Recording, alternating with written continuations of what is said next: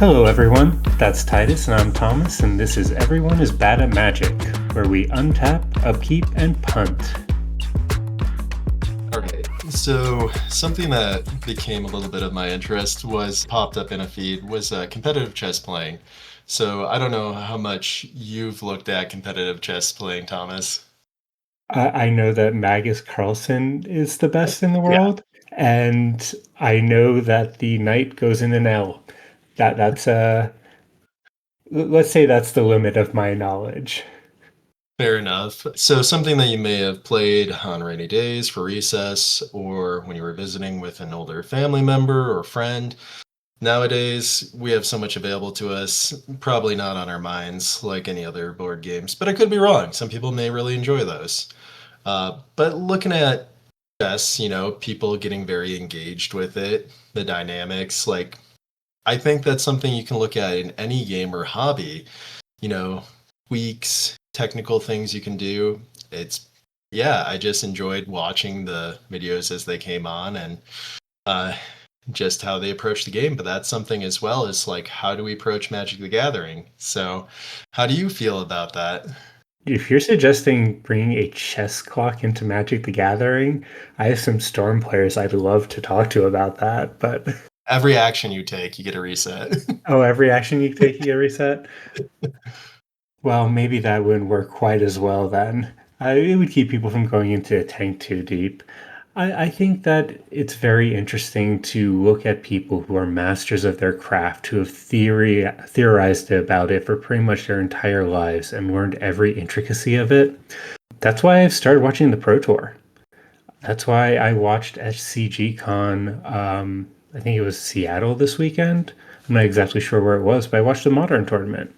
It's really cool watching pros who are at the top of their game come out and do something that we kind of treat as a casual hobby to see where the ceiling is. Because I'm not gonna say we play at the floor, but we're not exactly on that level. So I think it's a really cool thing to explore there.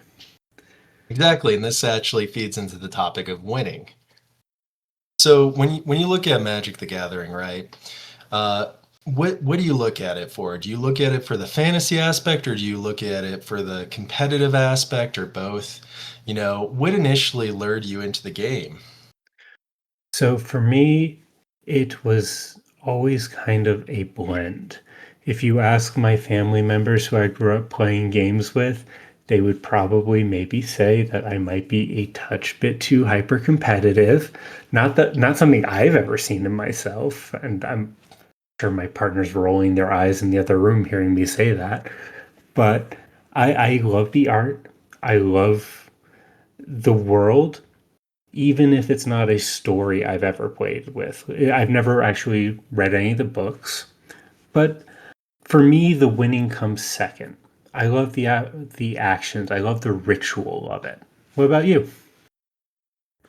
I definitely think it's the fantasy aspect. I think that draws in a lot of people initially, whether you know about the world or not, right? Because it's got elves and dragons, other familiar fantasy races and magic, right? Combat, things like that.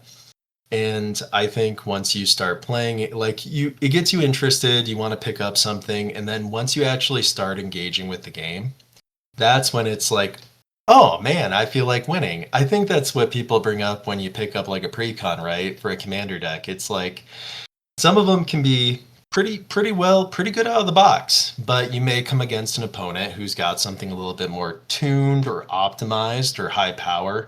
And that's when you're like, all right, everybody says this, arms race begins. What can I do to upgrade this? Oh, you're 100% right on that. But even with how strong precoms have become these days, I don't think that the issue that a lot of people have is with the strength of precons, at least not in my play group. It's with the ubiquity of board wipes. I don't want to play a game that gets reset 7 times and takes 4 hours to play. So that is when those precons need to be fiddled with a little bit to make them a bit more interesting to play. Because I don't know if you got a chance to play with them. The Lord of the Rings precons, so much fun to play. until you get to that third or fourth board wipe, and then you're just sitting there looking at grip of cards like, do I even bother? Because I know another one's coming. Fair enough. However, and this is one of the things where I like to talk about that chess timer again. Yeah, it does suck to get the game reset, but if everybody's taking quick actions, you can rebuild relatively quickly. I think that's something to take into consideration is just looking at maybe the speed of play. And when you look at somebody who's more engaged with the game, more competitive, like the people that spend time, it doesn't matter if it's chess, it doesn't matter if it's basketball, right? You spend more time doing it, getting familiar, getting that muscle memory. You may have a quicker time to think critically and make decisions. And that's kind of where I would get into the point of saying to people, play more games. The more you play, the less afraid you are of making mistakes because you're getting all that practice in and learning from it. You know, you can start making quicker decisions when it comes to those sort of situations. But unfortunately, we're going to come into so many environments probably where we just get board wiped and uh, it's going to be a 4 hour game or so. Well, Titus, speaking of the chess clock, I'd like to introduce you to every one of my arena opponents, where there is a timer that they're playing against, and they wait until the last moment to play every one of their turn actions to reset it, so that they can time out a match where they were clearly losing in hopes that I will give up and decide that my time on this earth is more valuable than the win. Because you know what? They're usually right. I do not care about my ELO versus the 20 minutes it's going to take 4 actions. So there definitely does have to be a balance there. Look, I may be like, yeah, take all the time you want. I'm doing something on the other monitor. Have fun with that. You have a phone, you have a book, right? We're just doing something in the meantime and grinding our little bit of gold. Hell no. I want to play Magic, not a clock. I agree with you. And I think that's looking at like the kind of the state of play, right? We're talking about the various formats. Commander is definitely more casual unless you get a certain play group or you get maybe like you're playing in a CDH environment. And even then that look at the difference. We're using the term TDH versus CDH, right? So it can just all depend on the setting. And when you look at the pro players or just, people at the higher echelon, we're they're probably going to start making quicker decisions, right? So it just depends on play environment. And maybe that's why people seek RCQs because you got that competitive itch and playing Magic the Gathering online, MTGO online, right? Might be a little bit more of a different experience than Arena. But are you playing best of ones or are you playing best of threes on Arena? I play best of threes, and I would actually challenge that line of thought. When I watch the players who are truly the best and the ones who are playing at that level that are above my skill level, they are considering things that I am not thinking of. They aren't making a play that I've thought about on my opponent's turn and just decided that's what I'm doing ahead of time before new knowledge is revealed to me. So when we watched the Pro Tour separately, obviously, and we saw the finales for Modern, the blue Belcher deck that ended up winning, I forget the gentleman's name, D'Angelo or something like that. He was taking a good 3 to 4 minutes for every game action as he was considering it, despite being a commanding lead. Because I assume he was considering every option and every outcome that could happen, which is just not where I'm at. I think that's a fair statement.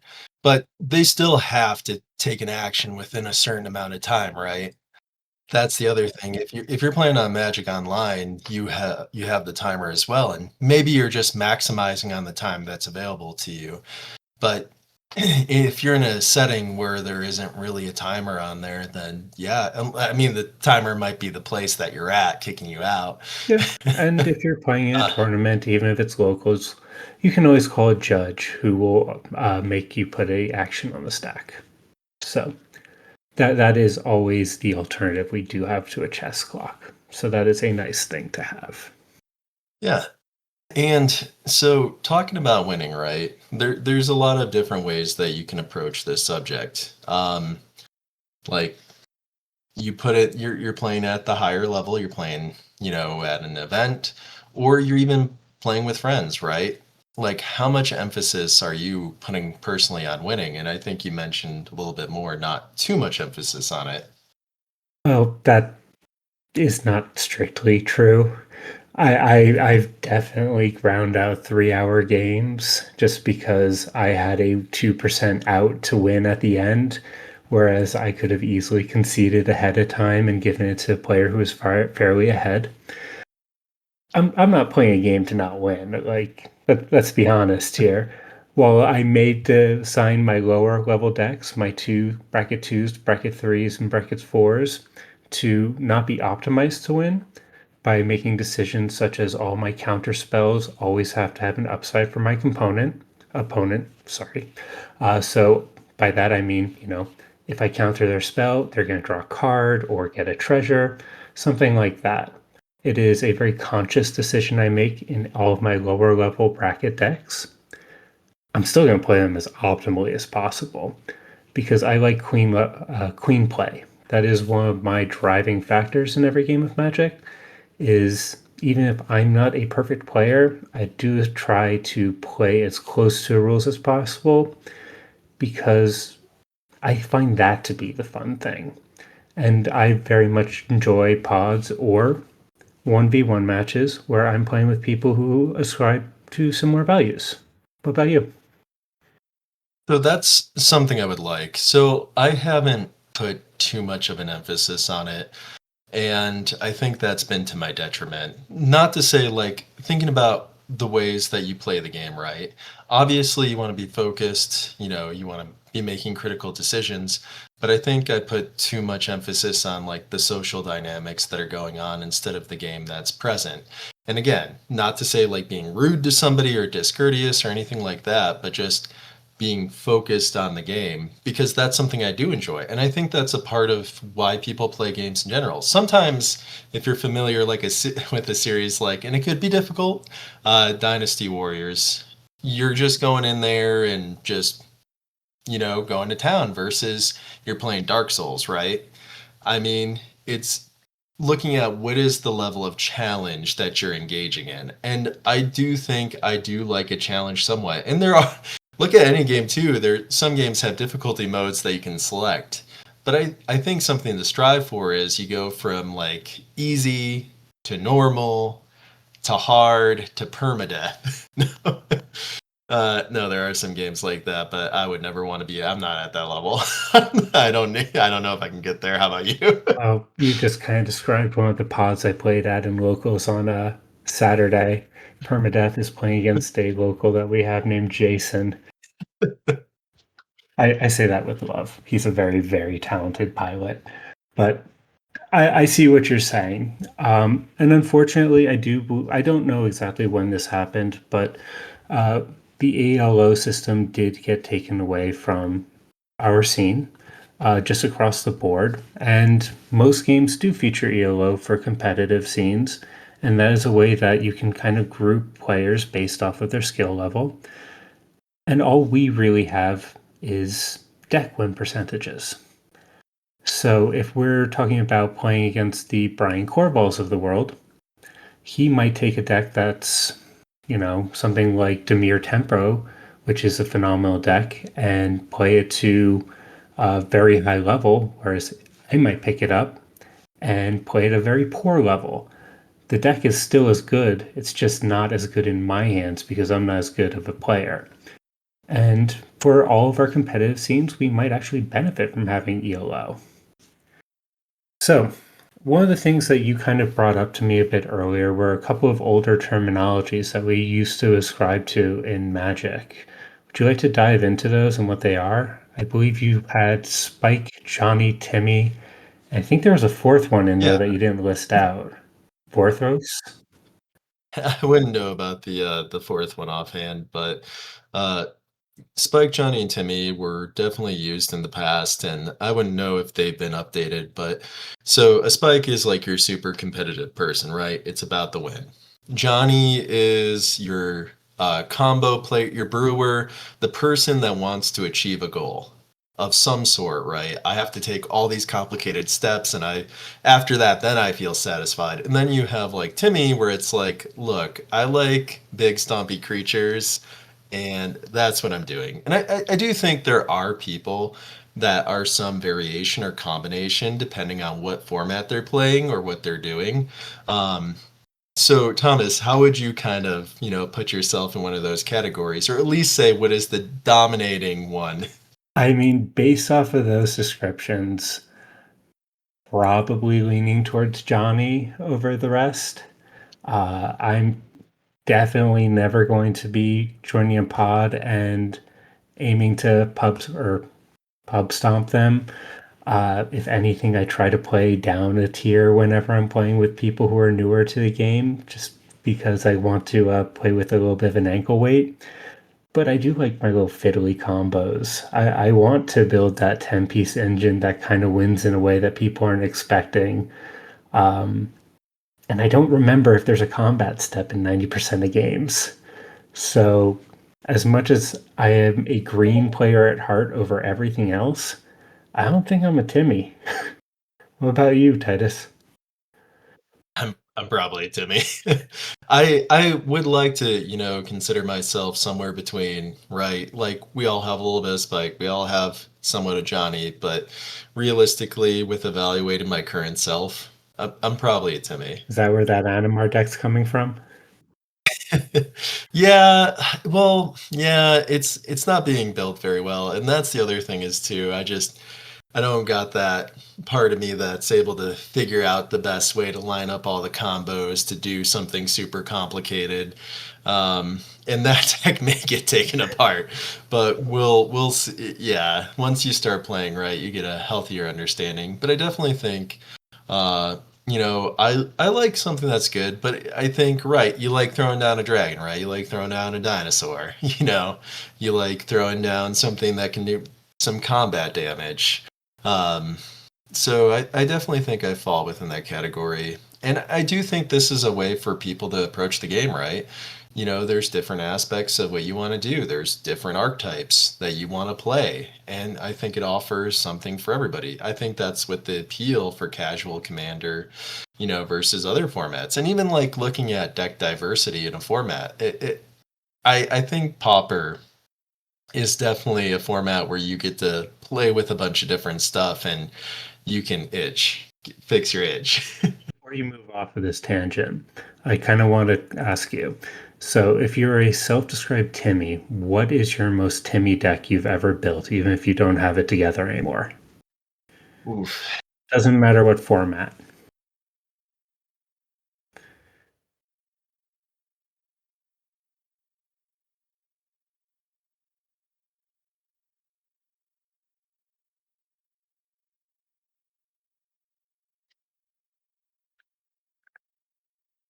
Loco, right? um, that's a fair statement. I build combo decks. Not well tuned, right?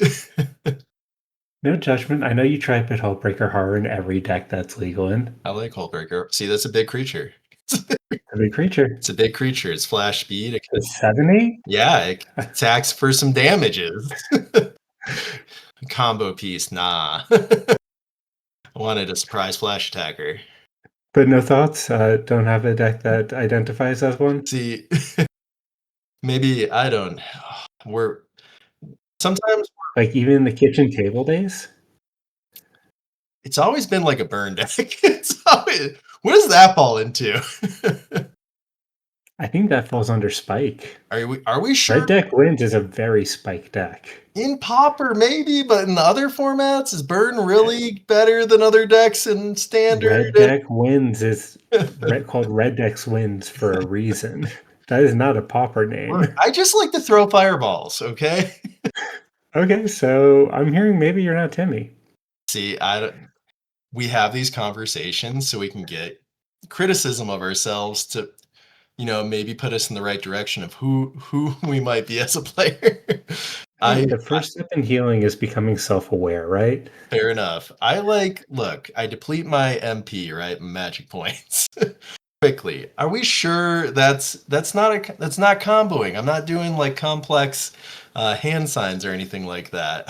I'm just throwing out some That's why we fire. didn't say Johnny, we said Spike. Oh, well, just like throwing fireballs. I don't know. I don't. It's not the best deck. I don't think it's the best deck. Uh, we can feed this into another conversation. But I think these are fair points, right? We could probably take a look at the people around us and look at what they're playing and maybe get an idea of what they enjoy, what category that might fit them into. You're not wrong. I can look back to my kitchen table days and the elf deck that I built for my partner that um this was back when we kind of were of college-ish age in the 2008 2009-ish times. It was a elf ball deck that won through comboing through Jorga Tree Speaker. So that was before I'd ever seen a standard deck. I did not know what formats were. I'd never been to an LGS for a play day. That was pure kitchen table magic with the homies at the house. So I feel pretty confident that you kind of described the lane and that I've stuck with that throughout the years. So maybe I need to branch out. Fair enough. Look, we can have a variety of decks available to us depending on the format. Of course.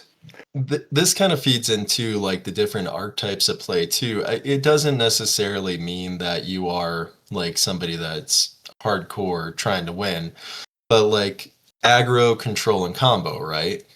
And that kind of feeds back into like the dynamic of play, right? The meta, right? Some people may try to pick anti-meta counter picks. They may work with a team and they may think like, what are we expecting to see? What do those players prefer? Going back to the archetypes, you're proposing that there are three main archetypes: aggro, control, and combo.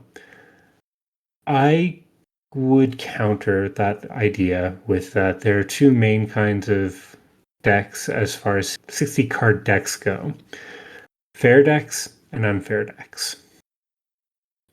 Um, Fair decks are looking to play fair magic the way Richard Garfield intended, where you're basically looking to connect for 20 life points. That's it. Unfair decks are meant to combo. They're trying to do something broken, whether that be reanimating an Atraxa or killing you with Belcher. It's something that's going to accelerate the game based off of a 2 or 3 card combo. When we get into something like Commander, there are more archetypes that are available to us because we're not following those same structures that are set out for us in 1v1 Magic. So there's more things that we need to consider. In CDH, we have the eternal rock, paper, scissors of stacks, turbo, mid-range. Now, stacks kind of sucks right now. Thank you, Orchestra Master. So it's mainly just turbo and mid-range battling back and forth. So I don't know if aggro even fits into that conversation. So the language that we're even using for any of these formats might need to be evolving. Any thoughts on that? Well, aggro is just turbo, right? I think of aggro as tempo, but that's a really good thought. Maybe that needs to be an adjustment in thought patterns. I do think outside of casual commander, like, okay, if the problem is aggro just stacks? I mean the win conless decks, the Winodas, the slicers, the trying to think outside of that. Uh Maybe when Timna Kamal was a thing. There definitely could be a reevaluation of the terminology, but they're probably maybe just format dependent on what wording we use Yeah. for them. Um, I think that's super valid. So when you think When you think of these archetypes, right? Well, first off, we can go with what do you think that you kind of fall into the territory of? Control. I like saying no. Uh, I run on average in a commander deck somewhere between 11 and 19 pieces of permission, whether that be counter spells or removal, and light stacks pieces as well. When the we're currently, for those who aren't aware, in a very turbo pilled meta. So instead of going faster like everybody else, I started running Drannith Magistrate and Deafening Silence, uh, so I can bring other people back down to my speed. What about you? So it definitely is format dependent. Honestly, in 60 card, I could pretty much be okay with playing anything. I find a lot of decks uh, pretty fun, enjoyable to play. That's why I kind of really like Pauper is just, with the accessibility of the format and just all the different options available to you. But I think when it comes to like CDH, I like combo. When it comes to like 60 card, I do think I like aggro. I like going to combat. I do think there's a way to look at the game right. Leveraging how you go with your resources. In any state of the game, that's the case. But like, say, like, all right, they have a blocker. Do I push up with two attackers? If we had an actual example in front of us, that's why I think like the arena and the MTGO players who stream or submit their recordings are very helpful. Is they have a thought process when it comes to what's going on in the current state of the game. And you can look at this strategy and say, all right, what do I need to do for an aggro strategy? What do I need to do for a control strategy or a combo strategy? What am I doing in the mirror match? What am I doing against my weakness? And that's kind of why like best of three may be good. It's just because you can make adjustments. I definitely have to put an asterisk on my own note after you said that because I actually completely agree with a lot of what you said. Every deck in CDH at its heart is a combo deck. It needs to be. And a lot of the decks I enjoy playing in 60 card Magic are combo decks as well. But there is a saying that a local judge of ours, Sylvan, once said to me that really stuck with me. It's very important to make sure that you don't lose the game long enough that you can win it. So I know that goes against a lot of other people's philosophies for playing, but that really stuck with me back when I was playing Esper a lot, which is very control heavy as a color combination.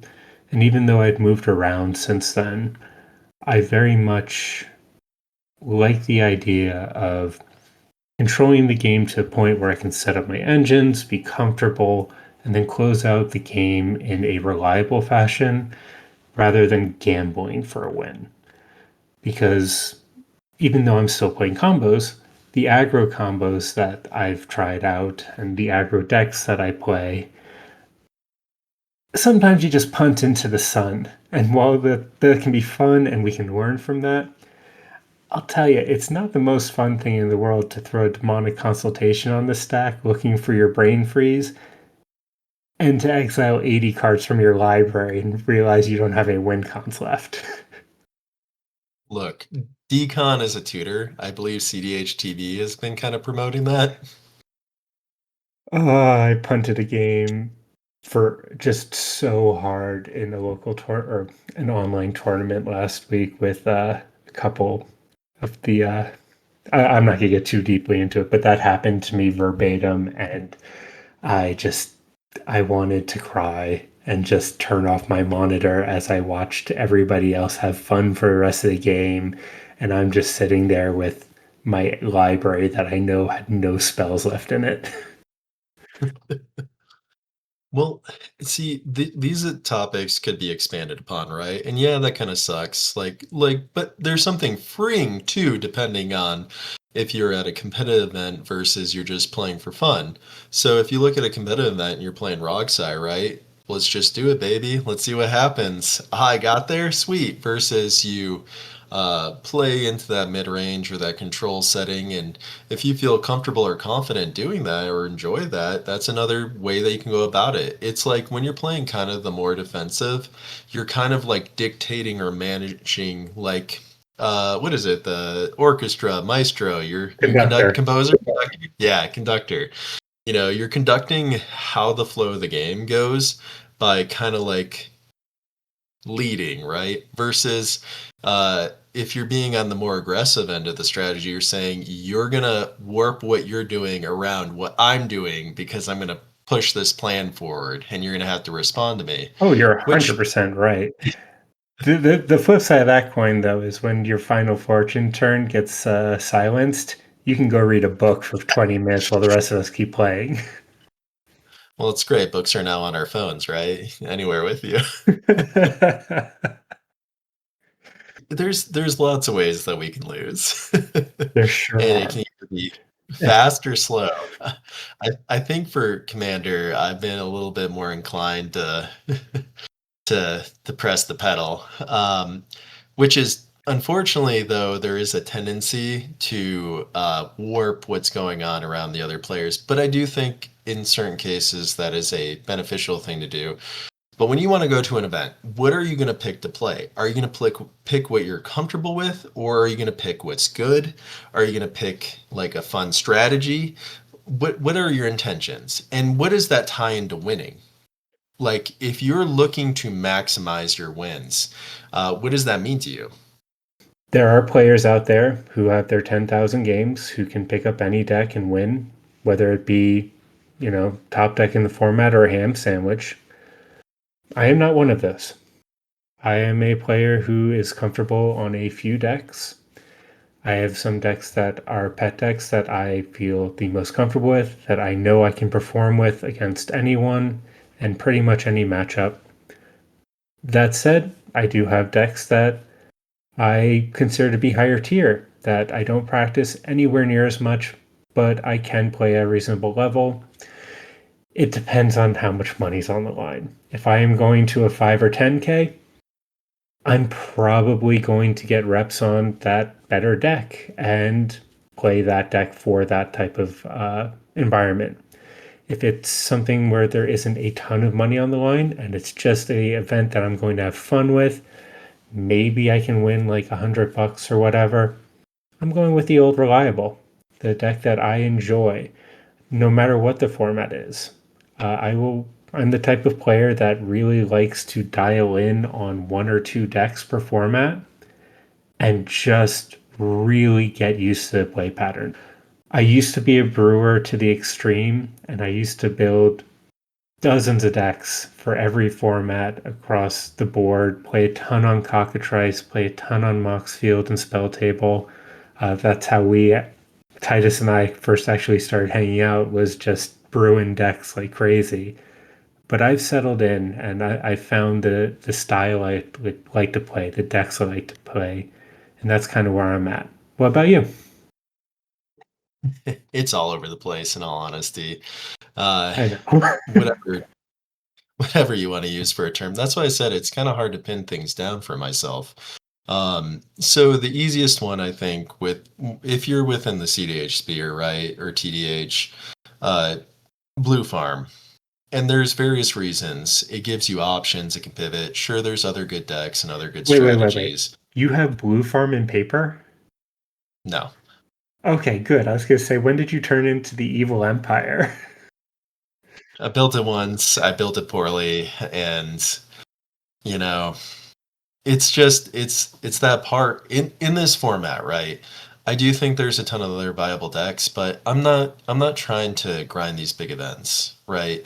I want to have fun, and I would like to win on, I would like to do well within an event, but I think that's looking at the game from I want to improve myself, my decision making as a player, and it's a little bit more difficult within Commander, I think, and CDH because there's the social dynamic. So it's also navigating that. But I do think a deck can leverage in your favor. There's a strategy that can leverage in your favor. It's like even looking at Rograk Silas, right? You're kind of hedging the bet that if I get there, I get there, and if I don't, I don't, you know, and we're going to do it relatively quickly versus, another deck that might be more mid range can have different pivotal points, can go faster or slower. It gives you a lot more decision trees that you could make. Not to say that the other deck can't do other stuff. Or you look at other like toolbox decks. I don't know if Sisay falls in that category. I do think it falls into what, you have to ask yourself those questions like what you're looking to do. There's a local player who plays Arkham, right? And they've done well and they've done poorly at events. And I think that's that comfortability and consistency. I think they would take it to a large event, a 5K or 10K, because, they have confidence in their play. They have confidence in what their deck's trying to do and how they're going to navigate those games, and they can make mistakes. I do think giving yourself the proper tools to increase that win percentage is a thing. But I'm going to fall into the territory of I think it's better that you find something that you feel comfortable and successful with, and you're okay learning with it, right? It's a learning process. For CDH, though, I think while there are other things that can win, and in the other formats, honestly, it's a lot more open. I'd be okay playing a top tier deck, in Pauper or Standard or Modern or Legacy, especially as you said, going to the bigger events, like if it's 5K, 10K, whatever you want to say it is. Uh, I feel okay playing one of those decks, but I think that comes down to play experience too. And once you start testing things, and testing, I think, is another area where once you kind of get like a gist of how do you think that people kind of approach this, right? When they pick their choices for, like, say, obviously Standard's a little bit easier to stay how people make their decisions. But let's look at some of the other formats. Let's look at So Modern, I'd Legacy. actually not sure if I agree with you on that. I don't know if you got a chance to check out Jim Davis's video that he posted a couple weeks ago about Channel Fireball's prep for the most recent Pro Tour, but it was really, really interesting. Essentially, the entire team got together for an entire week ahead of time where they selected the decks that they would be playing. This was for not the most recent Pro Tour, but for the one around Thunder Junction era. So there was no BV Cauldron at the time.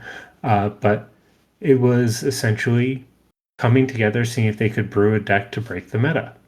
So whereas we might consider, hey, yeah, no, the pros are probably coming in to play the best decks. No, they're just like us. They are seeing if there's something they can do to break the meta as well. There's another channel. I think it's MTG Rebellion. I don't know if they talk about other formats too much. I know it's a lot of Standard. And there's people that have their like Brewers Corners decks and what they feel comfortable playing against.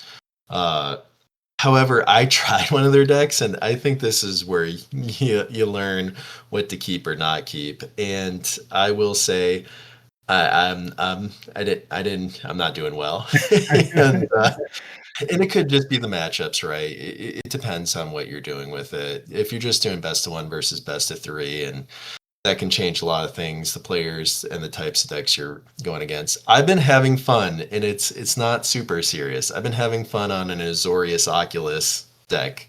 Um, Oculus is just a fun, cool card. It is the entire reason that I have Zamone together as a casual commander.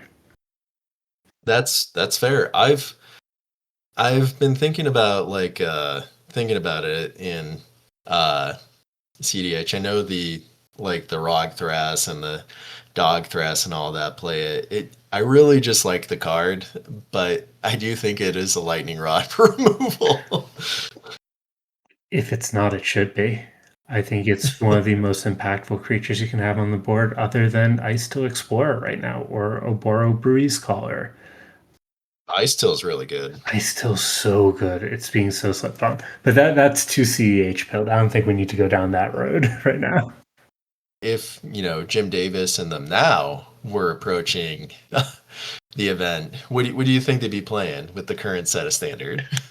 I think that's how that mono red burn deck, or just the, I don't know if it's actually a burn deck. I think that's how that mono red deck that came out recently unthroned. Is it Cauldron as the number one played deck in the format? Is some pros came in, they workshopped the deck, they found that had favorable matchups, didn't need VV, played a lot of the same cards, took it down. There's another channel, just naming all the channels. This may happen uh, frequently or not. Apologies.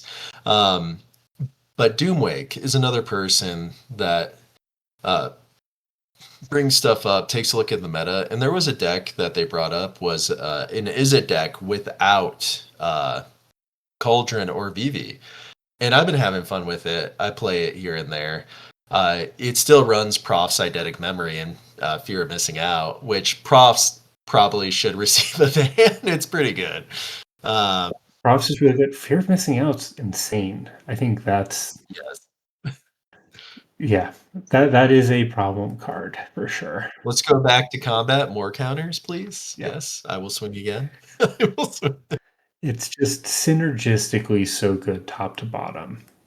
Yes, like what is the is it Steam Core Augur or Scholar, the blue flying creature where you draw two, discard two, and Winter Night Stories? I don't think it's solved yet either. I think it can still get better. Well, we're coming to a ban, right? And we'll see if they follow through. They're saying, VV uh is prop more than likely going to receive a ban, right? And maybe other stuff or not. My VV loving friend, did you see what the number 3 saltiest card in Commander is right now? It's a VV, yeah, yeah. Do you remember what held that spot last year? No, I don't. Nadu. Ah, I think Nadu is 100% worse, and I would, yeah, die on that hill.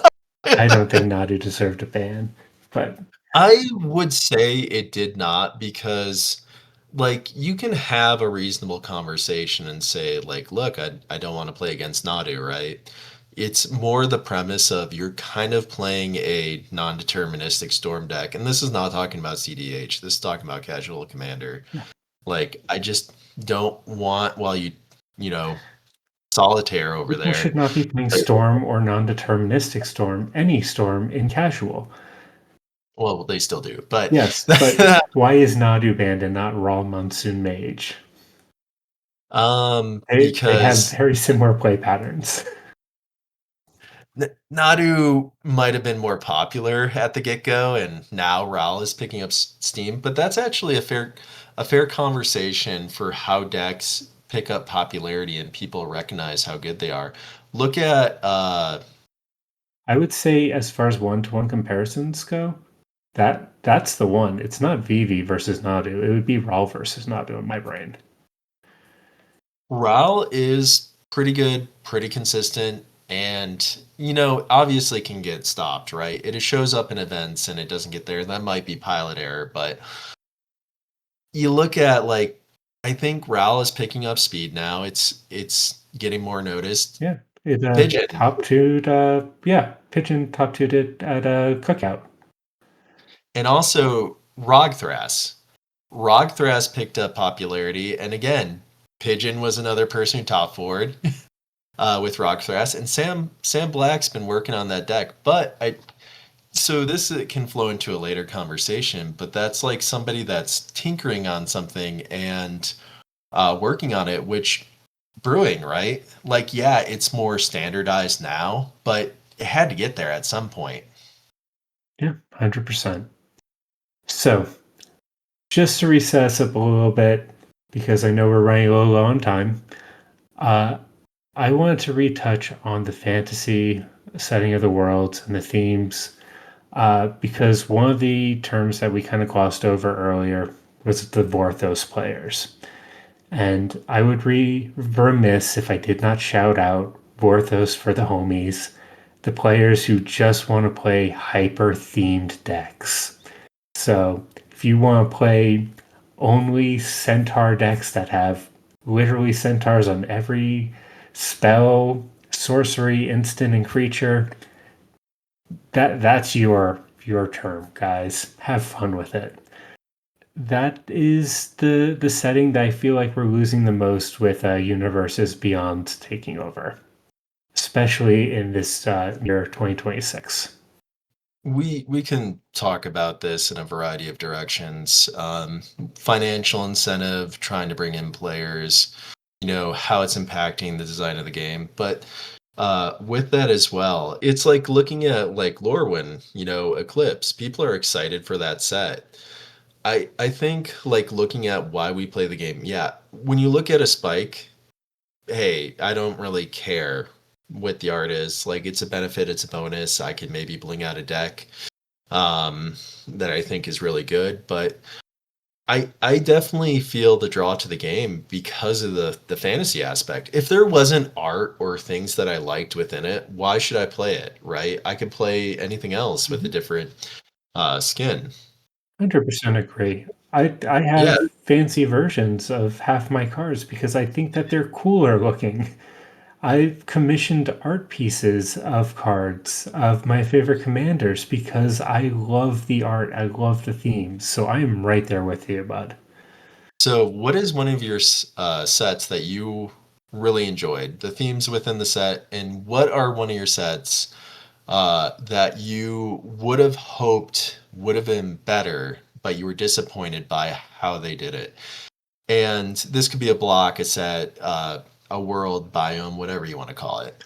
For sure. So I really started paying attention to Magic. I've been playing on and off for most of my life, but Neon Kamigawa was the first set that I really, really started paying attention, and that's when I really got heavily vested. But Streets of New Capenna has been my favorite set from the beginning. Um, Falco Spara is my favorite commander of all time. I pulled a gilded foil version of that card as one of my first boxes I ever bought. I have kept that deck together in some form or another the entire time I've played Commander. I love, love, love that style of architecture. It has always been something that I've enjoyed my entire life. So seeing that kind of world brought into Magic with the crime aspects, the mob feeling, but still having like the somewhat animal sensibilities, just chef's kiss. Uh, I love the three color blocks too because most commander decks I enjoy in three color wedges. I think that's kind of the sweet spot to hit, just as far as like not being oversaturated, so you have to play all the good cards, but you're not shoehorned into playing things that are like, I have to like go and scrounge to find something that barely fits my theme. So definitely Streets of New Competa is that set for me that hit in just a damn near perfect way. As far as sets that could be reworked for me, insert universes beyond here. I hated uh Karlov Manor. That is the one set that I feel like should have been better than it was, but it wasn't.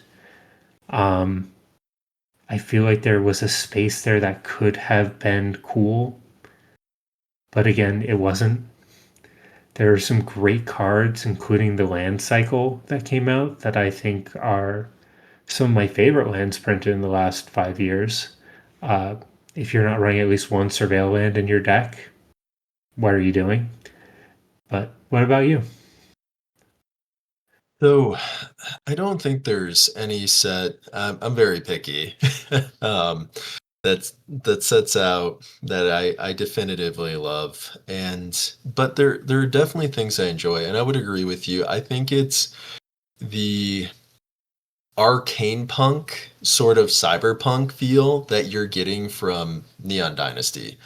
Really enjoy it. I'm not saying doing it for everything, but I think there's a time and a place. And some of their designs, that was one I thought would have been not so great when it was first being like spoiled or shared. But I do have some, arts on the cards that I really enjoy. Uh, Outside of that, yeah, that one definitely stands in my mind. Now, am I saying all my favorite cards are coming from there? Not so much. There's definitely a lot of things I can appreciate from, a Magic Gathering design team. But the one that I'm the most disappointed Oh, by because I wanted I know you it. know what it Outlaws. is.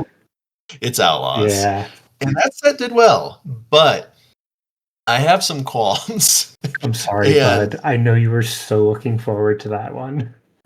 I know because there's a place for like your dark fantasy outlaw cowfolk, whatever you want to say, um, world. And I was hoping for, like something akin to, I haven't played it, but like Evil West, or there was like this old Western, I can't think of the name off the top of my head, Western themed uh, cowboy game where you're a vampire, like these dark aesthetic settings. And I was just hoping for something like gritty, and I feel like it was just too fun. Like it was trying to be too whimsical. Maybe I'm wrong, but and that's what disappointed me. And also the lightning rifles, they remind me of like Halo guns.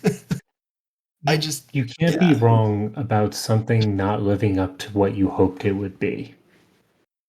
It's your opinion. You're allowed to have it. There's cards in that set I definitely like. Is it? I don't know if it's Honest Rutstein, but it was one of the Rutstein cards, and it's like that's dope art, And some of the breaking news cards were also pretty cool as well. But there were a lot of things within that set that I was just like, this is just we get to put on hats. We're the hat set. Yeah, I 100% agree. Especially with the breaking news cycle. I loved that Mindbreak Trap, that Mana Drain, even the Commandeer, kind of a trend there. But um, yeah, feel about the same about that set. So do you think that Universes Beyond is taking away, like, I know probably the like schedule that they have to get these things done or finished within, with like financial incentives, right? They're probably pushing a lot of stuff faster than it should be. But do you think Universes Beyond is taking away from Magic's internal world? I understand people who feel that way. I personally, I'm not here to yuck other people's yum. I did not care for the Final Fantasy set. I know that's a very unpopular opinion because a lot of people love Final Fantasy, Titus included. Probably one of his favorite sets of the past few years. I own two cards from that set, maybe three. Just not for me. But I don't want to take that away from the people who love it. I'm probably going to buy a couple cards from the Avatar The Last Airbender set because that's the first IP that they've brought into the universe that I'm personally interested in. I'm also never going to buy a box of Universes Beyond because I do not want to financially incentivize them to continue doing this. I'll buy singles. And for the sets that I want to see, like Lost Caverns of Ixalan, Lorwyn, Bloomborough, I'll give WotC some money.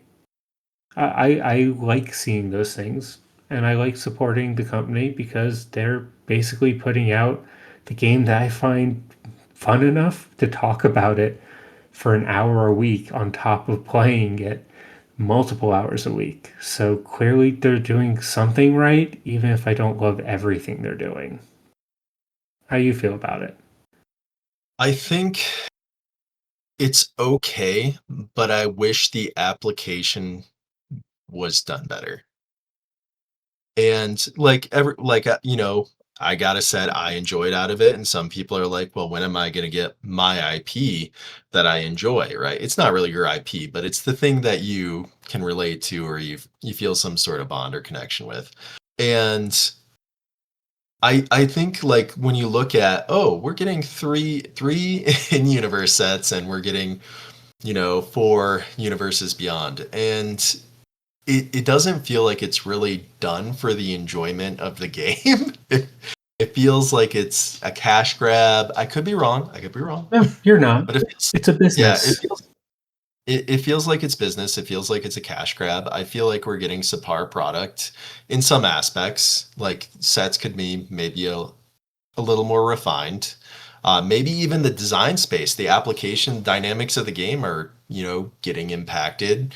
You look at Nadu, right? I know you really enjoyed Nadu, but it was supposed to be different. And maybe with a little bit more play testing, we might still have had Nadu around If in they'd had more modern as playtesting, well. it probably wouldn't have been as much fun, and I wouldn't have bought an entire CDH deck and paper around it. Ugh. Kind Okay. of still. Regardless, I think that's a great point for us to wrap up on tonight, Titus. Is there any final words that you want to share? Yeah, there's a lot of things going on within Magic, and you'll have your ups and your downs, right? It's all about what you make it. And you gotta ask yourself what's gonna make it for you to enjoy. And that's sometimes taking breaks, and that's coming back, and there might be a set that really excites you. So enjoy the game and enjoy it for the time that you have with it. I love that sentiment.